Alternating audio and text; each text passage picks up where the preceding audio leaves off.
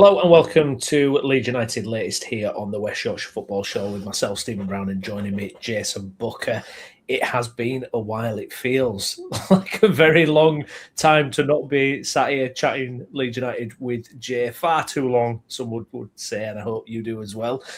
Please do like the video, get your comments in, subscribe to the channel. We're just going to basically have a little kind of round up from kind of the West Ham game onwards. We're going to have a chit chat about all the little bits of news that's dropping, a few transfer rumours, that kind of stuff. And then straight after, because we've been off for so long, we're going to do our end of year season awards as well. So stay tuned. After this show, we'll be following it straight up with that as well. So it should be good.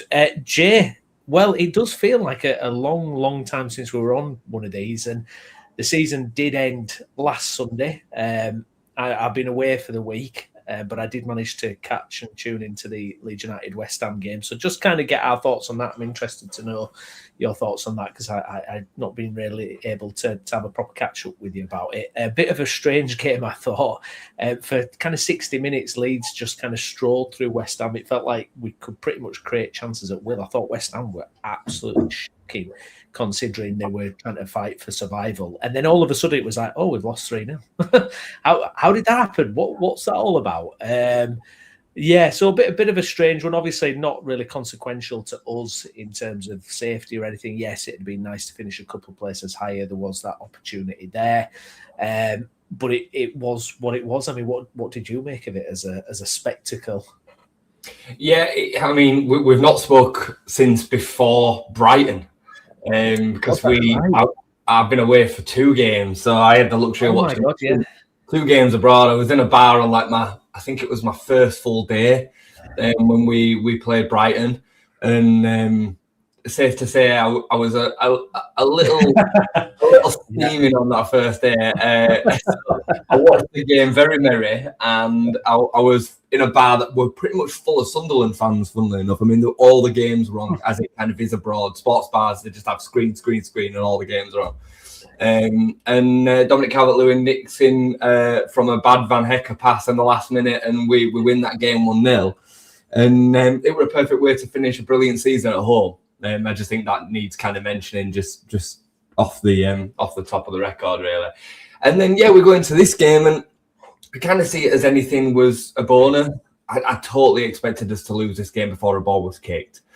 And it's a strange one because as soon as the kickoff happened, I found myself kicking every ball again and wanting us to win the game, even though I was very much in the headspace of I'm not bothered if we lose because I want to send Spurs down. Like, that was kind of my overriding feeling about the picture, and it changed pretty quickly. And kind of mirror what you're saying. I thought we were completely in control of the first half, and it kind of felt like second half started kind of in the same breath, and then the second Tatty scored, the game was gone.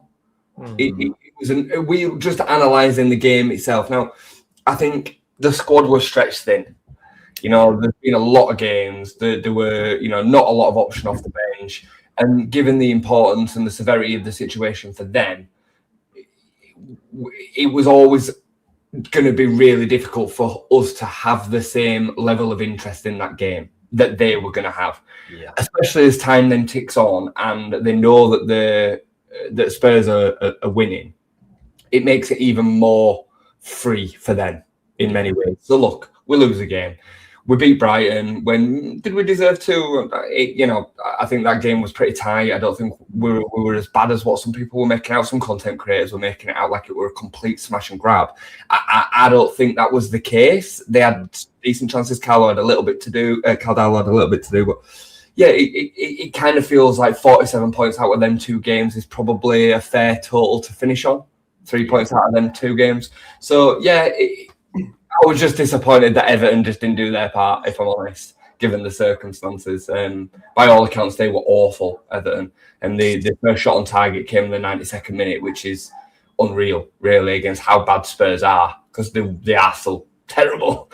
So not great on the face of it on the day. I think the Metcha Calvert-Lewin thing didn't work overall as much as what it does when we have the four midfielders rather than Metcher up there. We've said it before. Fans have been desperate for it to be the kind of the go-to, but it don't work as well as having the four midfield behind Calvert-Lewin. So, alas. Yeah, one of them.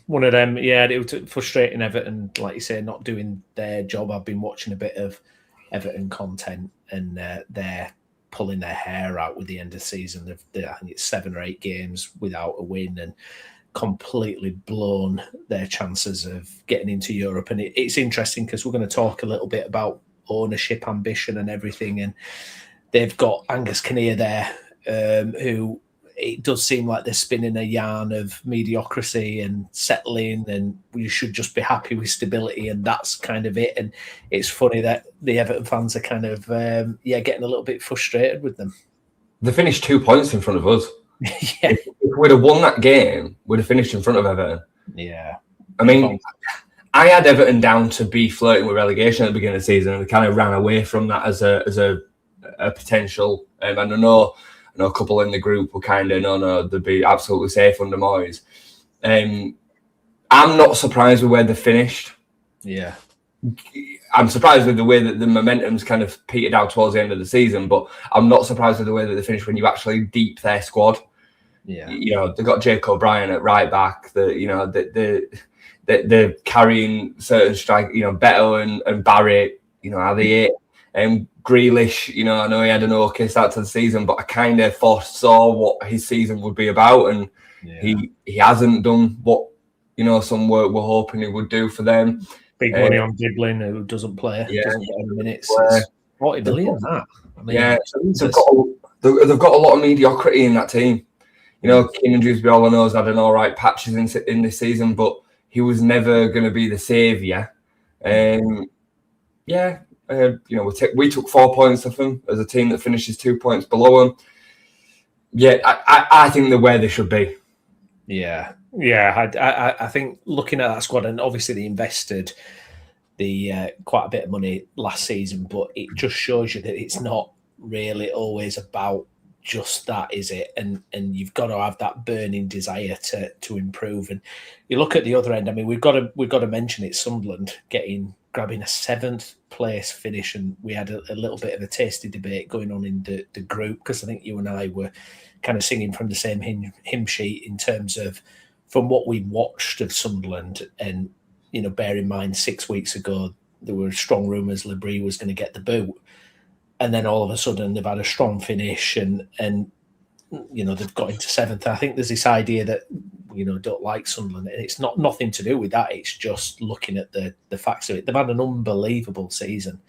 But it's going to be fascinating to see where they go from there. I mean, can they invest at the same level they did last season? SCR coming in, you know, we're going to have a little chat about that as well. I mean, that's going to be fascinating as well to see how Sunderland do it from there. I wouldn't be too surprised if they end up, you know, having a real battle on their hands next season. That's not from, you know, bitterness or jealousy. That's just the facts of, look, if you've just gone up and you get into Europe, the way that stretches your squad, I mean, it's, you know, you would think they're going to have to really recruit, really, you know, spot on again.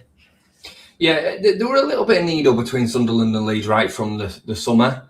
And I think that's then grown legs a little bit. And because of the way that they've actually performed, the thing is, the result is all that matters. It is all that matters. Yeah. I cannot get away from that.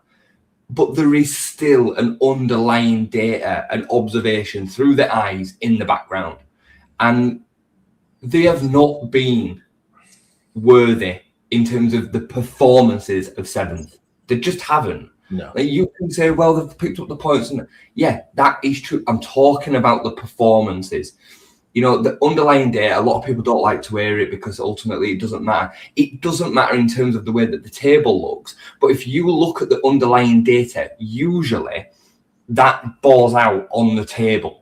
So if you look at where Wolves are and look at where Burnley are, they're exactly where the underlying data tells you they would be. If you have a look at Arsenal and Man City, they will be exactly where the underlying data will be. Sunderland, Sunderland are completely. I've not got it. And I know that that'll be the case because that is what happens. So Sunderland, they're in 7th in the actual table. They're in the bottom 3 of the underlying data. So I'm not making it up when I've got not a problem with where they find themselves in the table, when I just give the analysis of where they are in the table. And it's what annoys me is this kind of like talk up around it. You know what I mean? Like it kind of just gets ignored because of where they are in the table. I would much rather have finished where we finished with steady progression, and I'm being dead honest when I say this, than finish in the European places. I think it's a real stretch. If our squad was to have finished 7th, oh my God. No. I would be expecting us to be in real trouble for relegation next season without unbelievable recruitment again. So the stretch of them extra games and all the rest of it, I think they've been made 4th favourites to go down for a reason, Sunderland. Yeah. Hi guys, hi Gail, welcome along. Yeah, no, I agree. I mean, I just brought it up as you were talking, and they're sat there in 18th, finished 11 places higher than the underlying numbers, and this fed into why there were question marks about Labrie, because the people running Sunderland are clever people, they're good at recruitment, and they will have been looking at those underlying numbers and going, that is worrying, because, like you say, if you look at Leeds' numbers, our underlying numbers, it's about 11th. Yeah. Table I looked at then, it was about 11th. So, we're steady. We're steady, and that feels sustainable. And obviously now with half the league nearly going into Europe, I mean, like you bang on. I mean, if our squad went into Europe now, I'd be sweating cobs. I would really be sweating cobs. I'd be putting kids out in Europe. Yeah. I really would. I'd be putting a mixture of like the players that can do it every week, like an Ampadu and whatnot, with kids, and I'd just be thinking it's a bit of a money spinner, but I'm not gonna risk the Premier League performances based on this comp. The crazy thing is now for the English teams, they all stand a great chance of winning the respective competitions, the Europa League and the Conference League. I saw Browney talking about this the other week on a show, and I thought it was a great point. The best way for a Bournemouth or a Sunderland to crack the Champions League, to get into the Champions League, is by winning the Europa League. Yeah. It's easier to win the Europa League than it is to finish in the top 4 of the Premier League. Yeah. So it's absolutely nuts when you think about it like that. But it can then have such an impact. And Danny Farkas spoke about it all season. If you are 1 or 2% down on your top performance, you're going to lose Premier League games, even to the teams at the bottom of the division. So you cannot forsake it. Got to be so careful. Yeah, I mean, if Leeds were in the Europa League or the Conference League this season, we'd have probably got to final or semi-final as well. That's just the level, isn't it? I think we'd have beaten Freiburg. I thought Freiburg were awful against Aston Villa. They didn't even compete, mate. And I'm looking at the team and I'm thinking, so they had like Ginter at right back, who's been around forever. They had a couple of other names that I recognise just from over the years. And I'm thinking, you know what, Wolves and Burnley are to give this team a game. Well, you look at the wage budget. So I mean, Freiburg's yearly annual salary is 25 million. Aston Villa's is 150 or something. It's staggered. That financial gap is staggering. Now, obviously, there's a lot of people like to say, this is so concerning and stuff. But I do go back to when Italy and Serie A were dominant. Their teams would win all the European competitions regularly. And it's just like. It's not, the Premier League is, whether you love it, you hate it, whatever, it's built itself up into a situation where it's so dominant and the money is there, the viewership is there, and it is what it is, and it's up to La Liga. It's up, La Liga, Germany. I mean, it's like Germany, for example. So they have 50+1, fan ownership and all that. They don't have the investment and all that kind of stuff. Great, that's fine, but your league's not competitive. You're not going to do what we do, and that's it. 100%. I've not got a problem with English teams dominating the competitions. I think my issue with the European competitions is how much they mean when they're diluted in strength. I mean, the Conference Leagues, it's a bit pathetic, if I'm honest. Some of the it is, like, no disrespect at all, but I mean, Crystal Palace Crystal Palace this season, I mean, don't get me wrong, they are FA Cup winners. Glasner's been a top manager, but they flirted with relegation a little bit towards the, I don't know, maybe 2/3 through the season or 3/4 way through the season. We've taken 4 points off Crystal Palace. We basically dominated them with 10 men for large parts down at their place. We should have won that game. They've not been good this season, have they? They've not been good at all. They've finished 3 points behind us or 2 points behind us in 15th or 16th, and they're winning European competition at a bit of a canter. Like they just breeze through it. So, I mean, that's alarming not when you think about the strength of the Premier League, when you think about the integrity and the strength of the competition. Yeah, I mean, absolutely. Some people I were chatting about the game with, they were like, I've never even heard of Rayo Vallecano. Now, like I have because but you know what I mean? Like that's the kind of point that they were like, where are they even from? Are they from like Lithuania or like, you know what I mean? It's bad, isn't it? So yeah.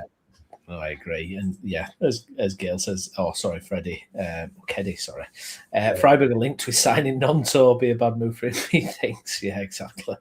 Be funny if he ends up there, won't it? So obviously, league wrapped up, 14th place finish for us, and I want to get your take on this kind of. I don't want to say jostling; it sounds a bit too hard. But we had the Parag statement come out couple of days after the season finished, or it might have been the day after, and seemed to kind of I don't want to say as in strong terms as at odds with what Farke was coming out and wanting in that kind of press conference and what he's been saying since, but Parag kind of made it clear, says club expects next season to be even more challenging, but they remain ambitious. New financial rules mean Leeds will take a disciplined approach with players likely to arrive and to leave as well.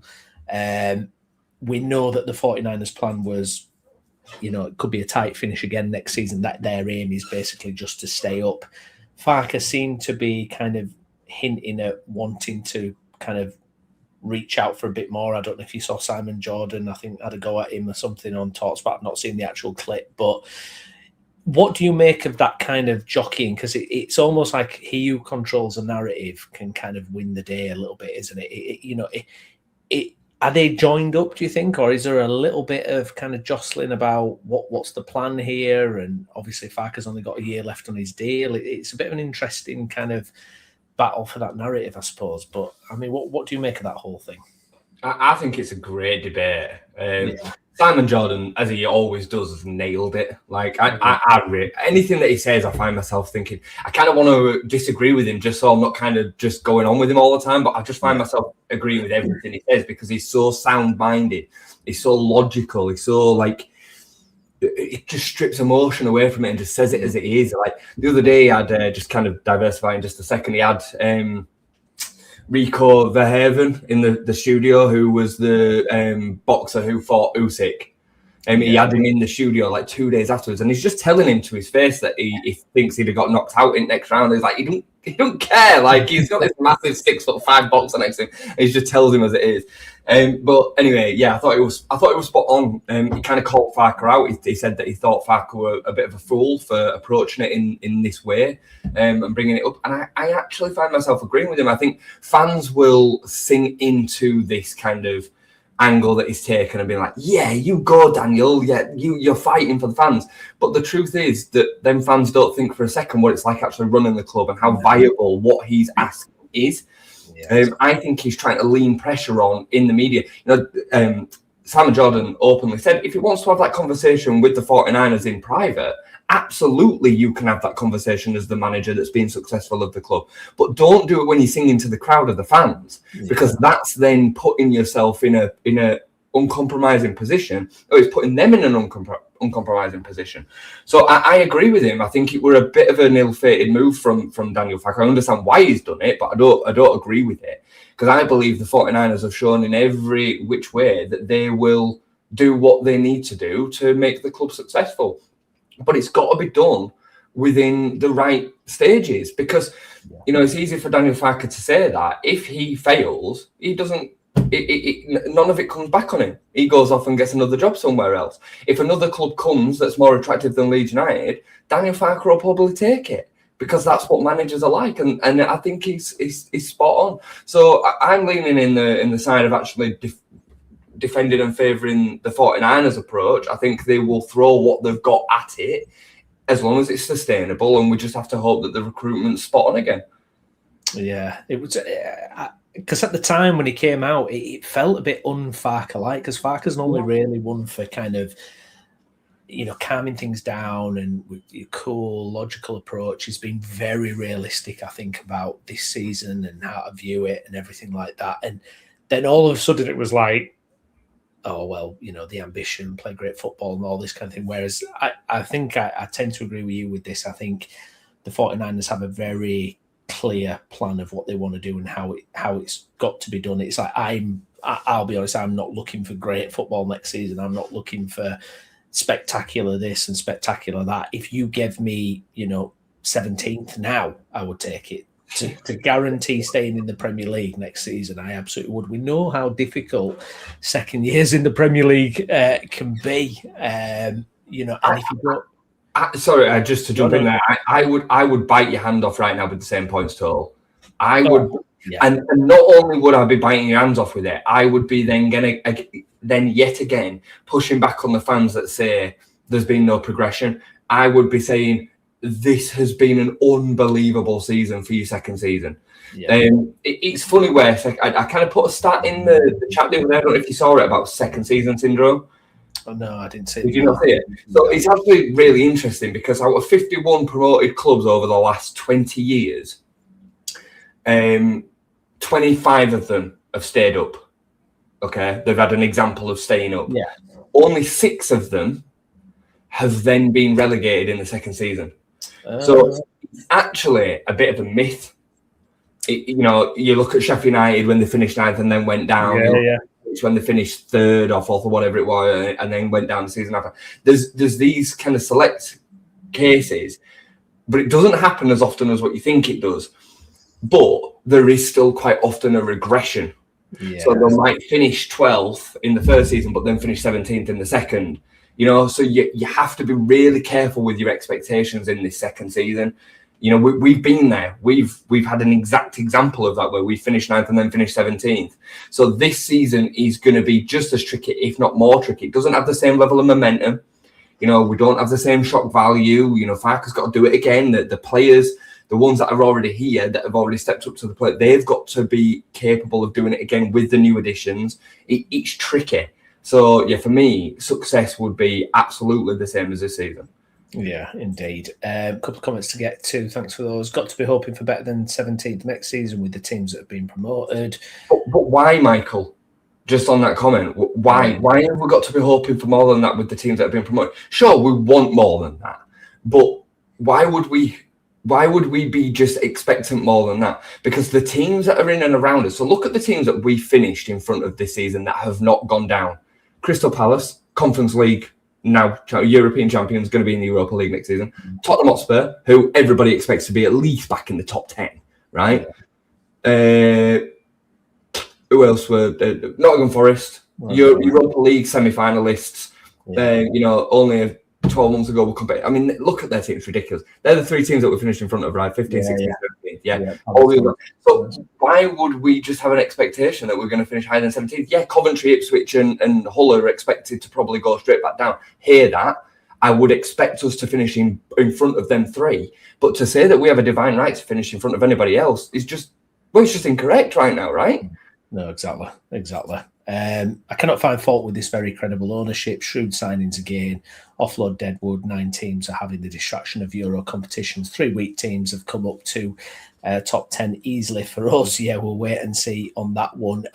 Just quickly, I do want to have a quick mention about the promoted teams, but just on Parag's statement, I think it's very important, and I was glad to see it, that because of SCR coming in, that Parag made reference to about coping with the new financial rules. Because I think if there's any fans still expecting us to kind of just be able to buy £40 million players at will, it's not going to happen. So I'm glad that he's got that statement out there and kind of just set the tone for it, really, because it's going to be a busy summer, I think. 100%. Yeah, I think there's going to be a lot more outgoings than people expect. Yeah. The fringe players are obviously going to go. I think people will expect to see the likes of Joel Pirogo and maybe Ilya Gruev and a couple of them kind of style players. But I think we'll also see I think at least 2 of the 11 will go this summer. I reckon Pascal's going to go. I have a feeling Pascal's going to go. Even though I know we're getting reports that they're going to tie him down to a new contract. And I don't know who the other one will be, but I just think there'll be another one. I hope it's not Ethan. I think that'll be the really, really, really painful one. But I could expect maybe, just trying to think where the value maybe is. Outenacker, I think, would be in and amongst it. I think Anton Stack will be in the conversation as well, even though we'd be desperate to keep him, obviously. Anton Stack probably has the most value out of everybody right now, simply because of the length of his contract that he's got left. Pascal Strucker in an uncomfortable position with him because he's only got a year plus 1, maybe. I don't know. I think he's got a year plus 1 as well. Yeah. But Stack, I think, will have another 3 years yet, and he's shown what he can do. So I wouldn't be surprised at all. I'm just reading some of the comments. I think David makes a good point. I don't want to bounce around too much, but I just think he makes a good point on the in response to my take on Palace, Spurs and Forest. I don't think they're all in a mess though. I think Spurs are probably going to be in the strongest position that they've been in for 3 years this summer. They've got probably the right manager to lead them for a year. I can't imagine a world in which they're anywhere near flirting with relegation with the 3 that have come up this season. I don't believe it. Forest will always be a little bit of a potential basket because of Marinakis, but the way that they finished this season has been really strong. Palace, it'll all be down to the manager, won't it? It'll be down to the manager change, but they've got a very good team there. So, well, Forest have done that thing where as well, because they invested heavily and were so kamikaze with their recruitment. They have got gems. They've got absolute jewels. If they sell Elliot Anderson for 120 million, which is a figure that's been bandied out, you reinvest that, solves all your SCR problem. You're laughing at. You're just building and building. And when you look at Leeds, you're looking at those. I mean, I've seen content creators where you've got to build around this guy or you've got to build around this guy. I saw Graham Smith actually mention this. I agree with him. It's like Leeds, the recruitment's been fantastic, but what we've got to be able to do is trade. We've got to be able to sell. 100%. You've got to sell well, and you've got to make the most of it as best you can. There's some great comments this morning, and some really, really good comments this morning. But I agree. And that is probably where we've been most weak over the last, I'd say, maybe 6 years, since we've started getting into the Premier League. Our capability of being able to move somebody on at the right time has been awful. We've made profit out of Calvin Phillips and Rafinha, really. That's it. Yeah. If you think about it. Yeah, it's not great. Michael, thanks for your comment. Stronger buys, squad upgrades, teams involved in Europe. If Crystal Palace and Fulham, etc., don't get the right managers, it's so easy. Yeah, Fulham's a bit of an interesting one. Is Fulham? I could see them kind of sinking like a stone if they don't get that managerial appointment right. There's a few that you could potentially get. At the beginning of this season, we spoke about our ex-club going to struggle because they're now in Europe and all these kind of things. Who are we going to overtake to be able to stay up? This was the conversation we had at the beginning of last season. Right, and we found Wolves and West Ham in tricky situations, Spurs and Forest as well for different reasons. But you need to stay up, certainly as a newly promoted team. You need to find somebody that is struggling with a certain circumstance or situation. You might find it at Brentford, you might find it at Brighton, you might find it at Fulham, Sunderland. But we don't know that. No, you know what I mean. But 9 teams out of the 20 being in Europe will probably mean that there's a lot more points shared out throughout the whole division. But that doesn't just come to Leeds United. It goes to everybody that's in that bottom half of the table, right? So you then all you're doing is moving the bar up a little bit. I wouldn't be surprised to see 17th finish in and around 40 points again. Now, I might be surprised to see the bottom 3 catch that, But 17th, I would expect to be in and around 40 again. But I tell you, it's funny, and I don't want to kind of make it I told you so with it, but I did say for a while that we wouldn't see 40 points be where 18 finish, and that's how it proved. You know, West Ham finished on 39 points. It still isn't as high as it has been. You know what I mean? 39 points is higher than it has been over more recent years, but it's still not even the 40 points total that they kind of say. So, yeah, I think it's a really interesting one when you then start looking at who you could potentially replace. I think Sunderland will be in there, though. I definitely think Sunderland will be in there. Yeah, no, fascinating. Thank you so much for your comments, guys. Really appreciate that. If you can like the video as well, you keep the spine to develop the team and sell marginal ones like Nomto, Tanaka and Mecha, as well as Largy, of course, and all the other loanees. A little word for those championship teams, and I mean, blimey, what a controversial end to the season in the Championship. Southampton getting kicked out of the playoffs. I never thought we would get a situation like that. And that was one of those things where you're looking at it from a Leeds United point of view going, Southampton not being back in the Premier League is a very, very good thing for us because they're a team that was established in the Premier League for a long time. Yes, they've bounced up and down a bit, but it felt like they've got that size about them where they could rally and they could nick one of those, you know, really valuable spots that we've been talking about. However, you're looking at Coventry, Ipswich, who will come to as well, but Hull getting up there. I mean, I was looking at their underlying numbers are unreal. I mean, they're like 23rd or something. It's crazy. It's absolutely crazy. I mean, it's an unbelievable job that they've done there. You've also got the added bonus of, are they going to pull the trigger on Joffe? And can we milk them for every penny that they've got? You remember the Ben White situation? We went up and, can we please have Ben White? Right, no. And the fee got ridiculous. Now, the difference is we're not going to be suddenly playing Gellart in the Premier League, whereas Brighton did want to use Ben White. However, still, it feels like, well, surely that number has got a lot bigger now if Hull are going to sign Joffe. But, I mean, what do you think of that? And what do you think of how are Hull going to cope in the Premier League next season? I mean, it's very different to the Sunderland situation because Hull have not been able to sign a player for a fee for 4 transfer windows. Right, so they've been making do with free transfers and loans in that time. They've had all sorts of issues going on, you know, and they've been fairly competitive for a few years now. If you remember the season that we didn't go up under Rafinha, they did really, really well, and they had a good little team going there. They were a difficult team to play against. If you remember them coming to Welland Road, they played us off the pitch for large parts of that game, and they ended up missing out on playoffs. And if I remember rightly, they sacked Rafinha.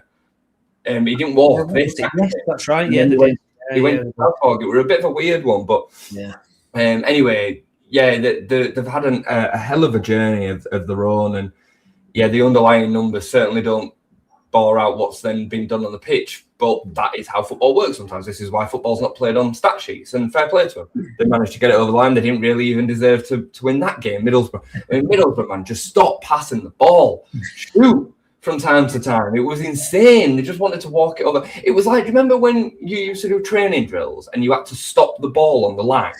Remember when you used to, that was like the aim of the game was to pass it to the line and then you had to stop it on the line. It was like they were trying to do that. But yeah, I mean, Hull are in it for the experience. They're in it for the ride out there.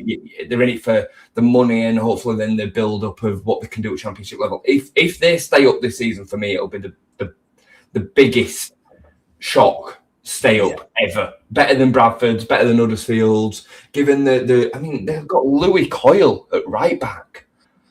You know what I mean? They've got to change 11 players practically. They stand next to no chance, mate. They stand literally next to no chance. If them beating the Derby points total will be a success, genuinely. Like that's not being, funny or anything, not being disrespectful to Hull at all. So yeah, they stand so little. But I'm glad that they did win the final because it was the right outcome.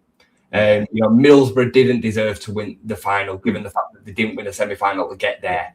And obviously what happened with Southampton, I'll be honest, my opinion on that, I think it's been blown way out of proportion. I thought it was blown way out of proportion when Leeds did it. I didn't agree with the fact that we even received a fine, given the fact that there was no rule for it. And I think Southampton have probably been hit by a media storm with this. I understand the ethical side of it, but it's really not that deep. Scouts have access to Y Scout, which is a program which shows you everything at the drop of a click of a mouse. You can see everything. If I wanted to see Middlesbrough's goalkeeper, how often he kicked the ball with his left foot from the left side of the box, I could search for that. Yeah. You know what I mean? Like, I don't need to go and record a little bit of footage. I genuinely don't. Why did they do it though? Why do you think they is it just different cultures and different kind of ideas? And because there is a rule after the Leeds, and there's a clear rule there. Is the farce of it though that the punishment wasn't ready? They've not thought of that scenario where it's like, right, if a team does this and it's the playoffs, what do we do? It's like, we have to deliberate on this. 100% the EFL at fault. I mean, imagine putting a crime in place and not having a standard punishment. Yeah. It's mental. I think I probably feel very differently about it because we had it with Marcelo. Yeah. And I know how ethical Marcelo Bielsa is. I know how much morals mean to him. We saw it time and time again with him over the years that we were blessed with the man. Yeah. And the fact that he did it tells me that it wasn't in his head unethical. In this country, it's kind of considered it because we're not used to it. But as he said back then, it makes so little difference. I don't need to do it. And he never did it again thereafter, and it made no difference. No. Bear in mind, we didn't get promoted that season, and we got promoted the season after. So to me, I can understand why somebody that's so anal and so desperate to make sure he covers every bead of grass of preparation that he does it because he can. But if he can't, it really don't make that much of a difference. And I know, given my knowledge within football, there's no way it can make that much of a difference because you, like I say, you just have it all. The crazy thing, Brownie. Sorry, I'm just losing it on this one. If it were 94 hours before kickoff, they could be there. Fine. Yeah, it's fine. That's the most mental thing. We're not saying that you can't watch it. We're saying that you can't watch it 72 hours before the game. It's crazy. It does make you wonder. I bet there's more up to it as well. I bet there's way more that have been doing it, have just not been caught yet. I mean, the Middlesbrough training ground, right? I mean, I've been to Thorpe Arch loads of times. You can't get anywhere near seeing anything that happens. You have to be let through security and let into. If you've got a problem with people potentially watching your training, sort it out. Yeah. Just put a security block somewhere that people can't just. But any member, I could drive up to Middlesbrough today and just look at the training ground. Yeah. It can't be that secretive, can it? No, exactly. It does seem a bit daft, doesn't it? Get it sorted out, Borough, for God's sake. Just the other ones as well. Then, I mean, obviously Coventry, a fantastic season. We do have to say through gritted teeth, well done, Frank Lampard for that. I mean, club like Coventry, I mean, in terms of, because it's not two different sides from what they'd had the previous season. Again, I mean, it's a little bit of an unknown. You don't know what the processes for their recruitment are like in the background. You don't know if they're going to be a Sunderland, they're going to be a Leeds. I mean, I suppose a lot of clubs, Jay, might be looking at what Leeds did last summer and going, right, we need to do that. The difference, what I'm hoping with Leeds is, I don't see any of those teams being able to get someone like a DCL on a free. I think that's the name Leeds United that's helped get that done. But I suppose Leeds will be a blueprint for what we did last summer in terms of age profile, physicality. We've kind of shown how to do it, really, haven't we? Yeah, we have. I mean, we had a very clear profile of the recruitment that we wanted to do, didn't we, in the summer? Yeah. Big, strong, physical, certain age profile, mixed in with a little bit of experience here or there, to fill in some of the spots. Calvert-Lewin, James Justin, amongst a couple of others. But I think we were very clear with the additions that we wanted to make to what we already had, and it's worked really, really well. It's taken time. They still had to grow into that, and I think Daniel Farke deserves a lot of credit. I think some managers would have had that squad and gone down. I genuinely think 100%. Yeah, some managers would have taken that team to 38 points. I truly, and I don't even think I'd have been sat there saying at the end of the season that was horrific. Yeah. We're in a bit more recent times, a bit of an unprecedented Premier League total in 39 points. So, it's going to be extremely tough. I mean, I saw a comment a minute ago about Leeds had 9 first-team players ready for the Premier League and Coventry only have 2. Yeah. I don't know how you can make that assumption. I really don't. And I don't know what players specifically you're talking about. But you can only say that after hindsight. And the reality is, did he say it's 9 or 8? I can't remember where the comment was. I'm trying to find it. Where was it? Because I did think it was this one. It was David. 8 Premier League quality players. If we'd have been playing this season with 8 of the starting 11 from last season would have gone down. Yeah. We would have 100% gone down. That means that you've got space for Okafor, Calvert-Lewin, and let's just say Stack, right?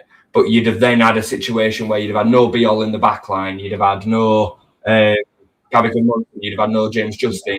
There'd have been serious issues. And that might not be what you mean. And I understand that there's some nuance to that comment, David, but I think we only can say that now at the end of the season. We didn't know. We thought Ethan Ampadu might be able to step up, but we didn't know that.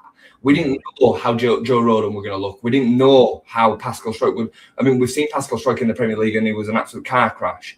Jayden Bogle's had Premier League experience and Sheffield United fans hated him. Yeah. Calvert-Lewin, I know even though he was a signing, we didn't know what we were going to get from him. Pirro definitely didn't step up. Dan James, we knew that he couldn't really step up. Brendan Aronson, I think he has stepped up, but most fans would have written him off at the beginning of the season as well. So I don't think you can make that statement fairly now because we know some of them have. I think Coventry will have several players that will be, in the same question marks as some of them players that I've just mentioned. So we'll say. I think the only ones that really stand a chance are Coventry. Yeah. Even though such have come and gone from the Premier League, just seeing their squad, it just feels so far off it. Yeah, I get the feeling with Ipswich. You could argue that, have they got that experience, that know-how? But again, I point to the fact that they've had to pull the trigger on some deals. Agreed. I think that's always a warning sign when you've had to kind of, we need this player in who we know can help us get promoted from the Championship, but we also know he's unproven and not good enough for the Premier League, but we're going to have to pay a fee. I mean, it would be fascinating to see. I mean, I'm guessing all 3 of those teams, the recruitment, everybody, and I know teams work right through the summer, especially when it comes to recruitment, but they must be banging their heads against the wall going, right, what the hell do we do? How do we level up? And I think if I was Hull, and I think, you hinted at this before, I think it is just like you've got a ticket to the chocolate factory and you just turn up and you enjoy it and you walk away and take your bank your 100 million, don't kind of go crazy with signings and salaries and all that kind of stuff. Make sure you've got the relegation drop clauses and all that good stuff.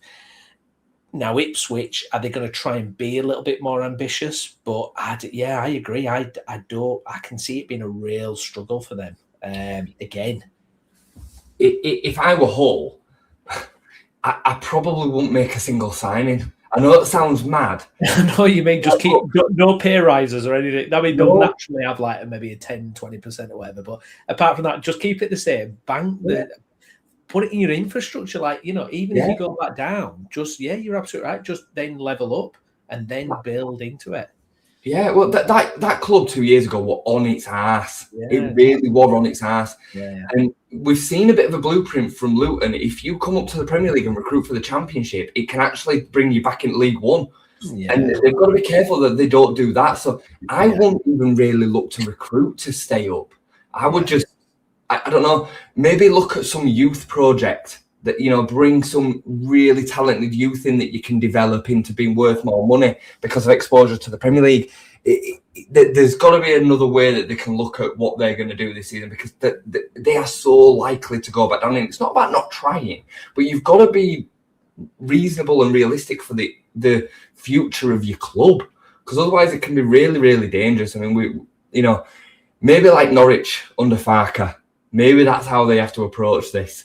You know, give it the best go that you can. But if you go down, you go down. It's not a problem.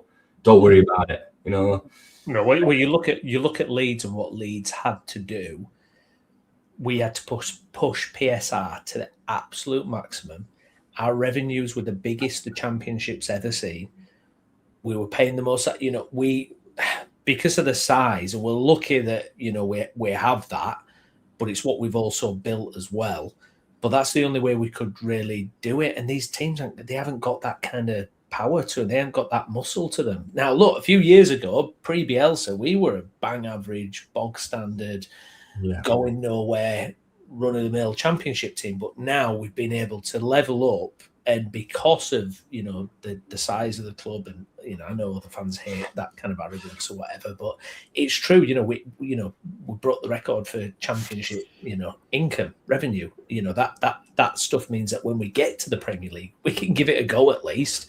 You know, we can attract these players. I just don't see these other teams coming up having that. Whereas, you know, we're bigger than Southampton, but I think if Southampton would have come up, they've got a little bit more, you know, the infrastructure, the experience. It feels almost like they could maybe slot back into it.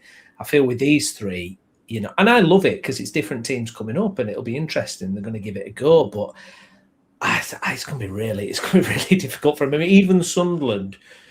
So, you know, Sunderland were a Premier League team, you know, 8 years previous or whatever, and they are a big club, big stadium, etc., etc. But, you know, you look at these three coming up, you think, oh, I don't know how you're going to get on, really. It's true. I mean, you made the point about Calvert-Lewin. Like, there is a certain attraction to the name of the club, the stature of the club, the history of the club, the fan base, and all the rest of it. Calvert-Lewin won't go to Coventry or Ipswich. I'm not even going to talk about Hull. He won't go anywhere near them two.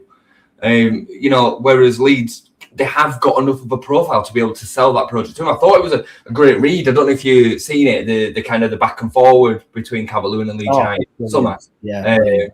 And understanding how that all worked out and whatnot. And, you know, he did turn down Fenerbahce, he did turn down another Premier League club. We believe that was Sunderland as it happened.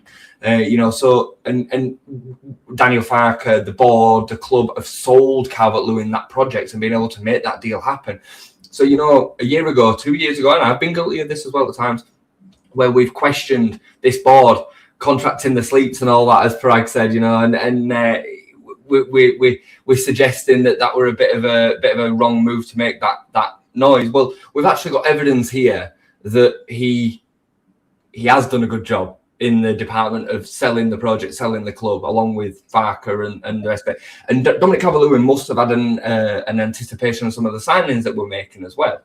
You know, when he made the move in, he must have been aware that some of the names that were coming in and stuff. So, yeah, I think it deserves a mention, a lot of credit. But yeah, them three teams, they just don't stand a chance of doing them deals, really. No. What do you think? I mean, I've tried to get my head around this, and I don't think I properly understand it. And I was desperately trying to scrabble around to, you know, try and break it down and really understand SCR and the difference to PSR and how that's going to impact things. Because I saw an article, I read it, and I was desperately trying to get it up, but it was basically SCR does restrict Leeds more than PSR. Now, it makes it even tighter, and, you know, you've got to kind of be even smarter about your recruitment. But, you know, you'd hope the benefit is those three coming up are going to be our buffer, hopefully, for that. SCR, I mean, again, it feels like, you know, the teams at the top never have to worry about this stuff, do they? You know, it's crazy. They just get to kind of freely spend, and they can have one financial disaster, can buy a player for 80 million. It doesn't matter if it don't work out. I mean, how many times did Chelsea? I mean, Mudryk costs over 100 million. It's just like, yeah, whatever. You know, and again, Liverpool, you know, spent big, and they're just going to go big again. And, you know, whereas everybody under that line, you know, even your Villas and Newcastles and stuff, it's like it's a real headache. Yeah, it's a minefield, isn't it? And it's just them trying to basically create a monopoly within the Premier League. And I've not done enough research to know the difference between SCR and PSR, if I'm honest. But what I do hope is that SCR will then obviously if it limits us more than PSR does, well, it will then limit other clubs around us as much as it will do us. So it all becomes relative, right? And what will hopefully start to happen is that transfer fees will come down. Yeah, that's where the control needs to start happening. Because for, you know, if we want a player from, let's just use Crystal Palace as an example, they need to then, and they've got to then replace that player. The replacement price is lower, so our purchase price of that player is lower, and so on. Yeah, you know what I mean. So it hopefully will have a relative but positive impact on some of the transfer fees, because that's the biggest problem, is how astronomically high some of the values are, and we've been able to recruit really well within that over there. That's why you have to go abroad. You know, we made the point about buying from within the... Look at Strand Larsen. I don't know, and I like Strand Larsen in the summer, but £40 million or whatever, 45 million it ended up being for Strand Larsen, would have been able to get something similar from the continent for 15 or 20. 100%. Look at Gabby. Say again. Look at Gabby. I mean, less than 10 million. All the recruitment we made, Gabby, Jacobiol, you know, Jacobiol, if he were a Premier League centre-back, he'd have been worth 35 million quid. Yeah. And we're going for 15 to 20. Anton Stack's exactly the same. There's no way we get a player like Anton Stack from the Premier League. No. There's no way, because we just wouldn't been able to afford him. You know, and that goes on. I mean, the only piece of recruitment that we really made from within these shores that was great value was James Justin, and even that was risky at the time. You know what I mean? So yeah, it's a real tricky. Well, I've just done a little Google search here. Key differences between PSR and SCR. Now, basically, the primary focus it's saying is, so PSR looked at your overall profit and loss, including non-football expenses and revenues, whereas SCR, it's all about on-pitch spending relative to revenue. So there's no kind of selling your women's team and all that kind of stuff anymore. That's out of the window there. In terms of a spending cap as well, it's max 85% of total football-related revenue for most clubs. The interesting thing about that is, and this is a problem for teams like in Europe, it's UEFA competitions, it's 70%. That's the massive thing that has hindered Villa. Villa have really struggled with that, because it's like, you know, yes, your Premier League was kind of, there was no cap under PSR, but then if you're in Europe, you had to get it under 70%, you know, so that's a real interesting thing. And also, you know how the assessment period was like your last 3 years, so now it's just seasonal, so it doesn't matter kind of previous losses and all that. So yeah, it's way beyond my pay grade. Same. We need a degree to figure it all out, won't we? Did you see that we have had a exit at board level this week, Jay? So Maury Eisenberg has left. He's been poached by the San Diego Wave, which is the National Women's Soccer League team. Eisenberg, he actually arrived with Robbie Evans.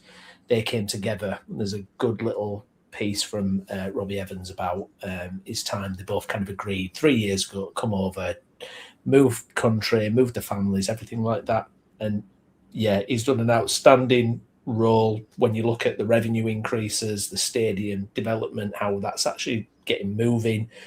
And as Evans makes reference to as well, you're going to get poached when you've done a really good job, and that's what's happened. I always kind of, you know, I remember last year, you know, when we lost Nick Hammond, you're thinking, oh, you know, when you lose kind of these cogs in the machine that you've done so well. I think I have more faith now, because I think we've filled those roles, those executive roles, really well. I think when you look at what they've done, and obviously we don't know too much about it, but I think the proof is in the pudding. You know, they've achieved their goals, they've stabilised the revenues, you know, record revenues, stadium development, commercial income, all that kind of stuff has improved. And you just hope that we can fill that role with someone else who can kind of live up to it, really.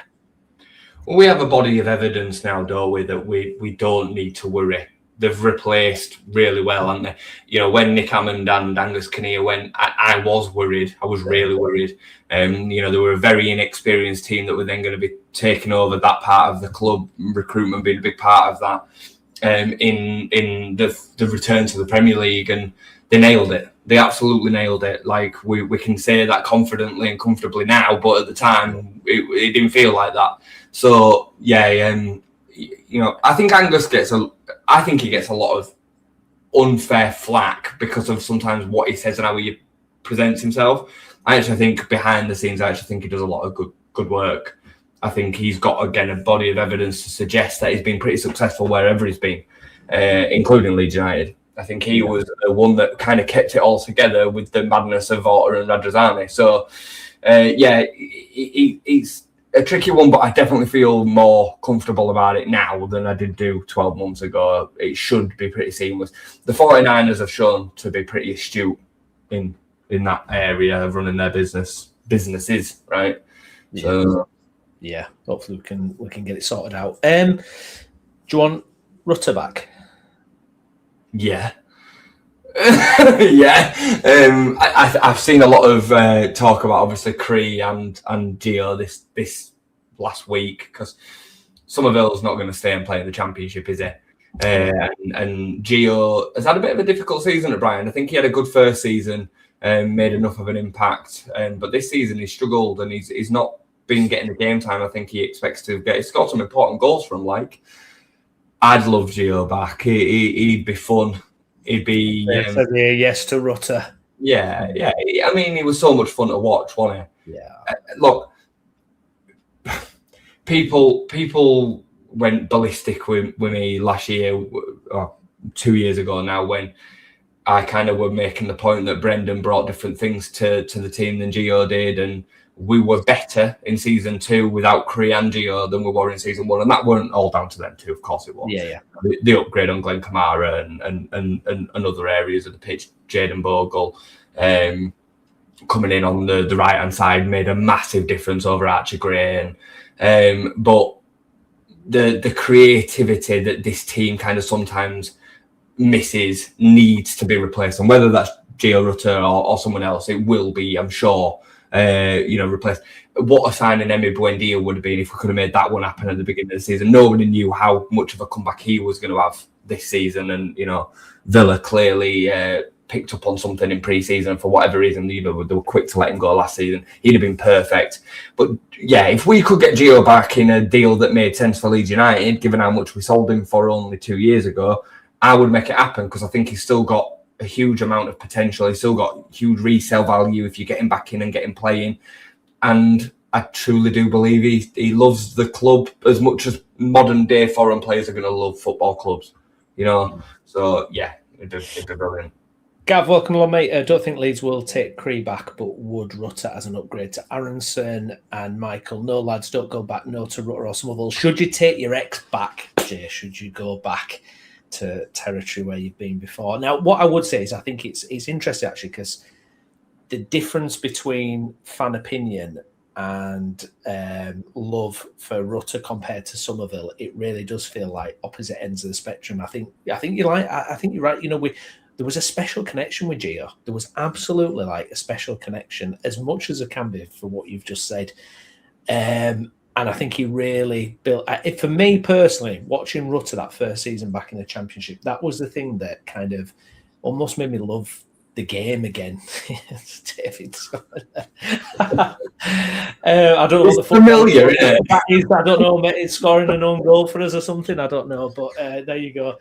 But he made me fall in love with the game again. Watching, just a brilliant player. With Somerville, it's kind of more direct and it's more, and I think. I would love to see Rutter back. I really would. I just wonder at Premier League level, though, Jay, if he's a bit wanting, and that's why it's not necessarily worked as well for Brighton. I think you need to remember where Brighton are at, and some of the quality that they've got that is clearly getting in front of him. I mean, I think we've seen enough from him to suggest that he'd be able to make that step up, And he hasn't done badly at Brighton. Yeah. It's maybe not of the level that some of the other boys are. I can't think of too many examples of it being bad going back to ex-players. Like, I know people say that, but the only two that come to my mind instantly are David Batty and Sam Byram. And they're the two that instantly jump off the page for me. And they were both good.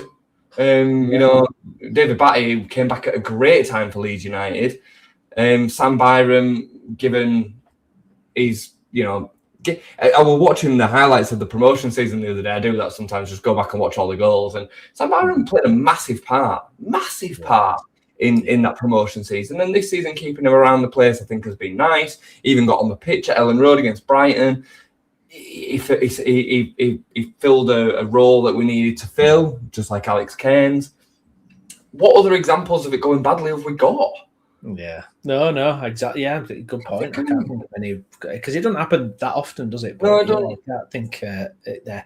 Jorginho Rutter come back home. Like, what about Somerville then? Would you be chomping at the bit for someone like Cree and some? I mean, can you imagine Somerville and Okafor filling that kind of off the left hand side, competing for a place there?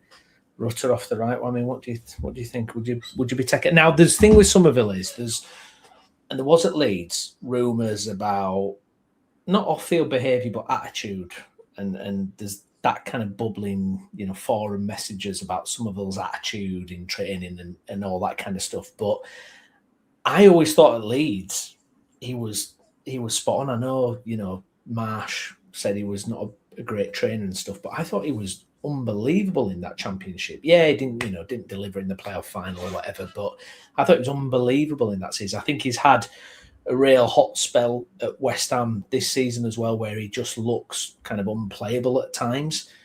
But yeah, what do you think with Somerville?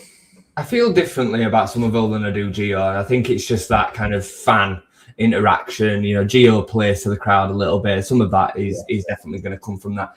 I do have my reservations with Cree. I do, you know, and I always kind of have. I always felt like he was more in it for him than he was in it for the team. Even with Okafor, and Okafor's had kind of labels put at his and questions put at his personality, I feel like he's in it for the team. I feel like he's part of it. It always felt separate with Cree. I think he does blow out and cold. He's unplayable at times, but then can go completely missing as well. And he's done that for West Ham over 2 seasons there. I wouldn't be in such a desperate need to get him back personally. Not with the cost, I think, of what it will be. I think they'll be looking for 40 million plus, given the fact that they signed him from us for 25 million and he's shown that he can compete at Premier League level now. So, yeah, I would probably be giving that one a bit of a wide berth. I mean, the fans forum post, came from a really reliable source that apparently in February time he was saying that he don't care whether West Ham go down or not because they'll be off anyway. Yeah. It was a really reliable source that it came from. Now, it could be tosh, but you know, if you're going to believe stuff that then came true from this source, then there's a likelihood that this is right. So, yeah, interesting one. Do you think though? Because my worry's too strong, but I would like to see us get real competition for that Okafor side coming in off that level, because I don't think his fitness is reliable enough. You know, we've just seen at the end of the season, all of a sudden he's gone for 4 or 5 games. So I think, yes, we've got to strengthen that right side, but I think that left-hand side, I think we've got to, because I can fully see, I just don't think we can rely on Okafor to be fit for enough games, and we really miss that impact. We need that kind of level of player, I think, as well, to compete with, or just something there as well, I think. I don't think Okafor can do it from that position. I don't think he's... No, I agree. I agree. We need somebody that can be a bit versatile between them positions as well. You know, it feels very much like Okafor's an out-and-out left winger. You could never imagine Okafor playing on the right, for example. We need somebody that can do a little bit of a multifaceted kind of work over them positions. We do need Okafor to step up as well. Like, there can't be a situation in which Okafor's only playing 60 minutes next season. He's an unbelievable pre-season and really get up to speed. Yeah, David right with that. So yeah, we definitely need attacking reinforcements within them positions, not just a number 10, not just a right winger. And there does need to be outgoings, you know, whether that is Nonto. I think Nonto will leave. I think Dan James will leave as well. I know Dan James Cowan, who was on Leeds United podcast the other week, kind of saying that he's going to build himself back into the team, but I just can't see that. I can't see a world in which Dan James reinvents himself. And it's a shame, you know, watching them highlights. as I said, and just last night, and the amount of goals that were Dan James to Manor Solomon to Dan James. I mean, Dan James was unreal in the promotion season. People forget. Yeah, he was unreal. But the injuries this season have killed him. They've killed any chance that he really has of establishing himself in the Premier League. It would be an unbelievable comeback if he was able to stake a claim for a position next season. Yeah, I personally just don't think he's good enough. At Premier League level, what you need from a winger, no, it just doesn't work for me. This has been debunked, actually, John. There's no kind of extra payment if Somerville gets an international appearance. Unfortunately, would have been nice. Just before we wrap up and get to our awards show, this as next year's shirt. My opinion on this is, do you know what? I like that we're doing something a bit different with the home shirt. I feel like I'll get it back up actually because I've kind of whipped that off pretty quickly. But I think the home shirt's got a bit boring, hasn't it? You know, it's a white, it's a bit, you know, it's looked similar, hasn't it? It's looked interchangeable for the last few years. So I think that's pretty smart. I don't mind that, Jay. What do you think? Yeah, I quite like it. I quite like a pinstripe, to be honest. I noticed that when I went on holiday, pretty much everything that I packed were just Leeds items.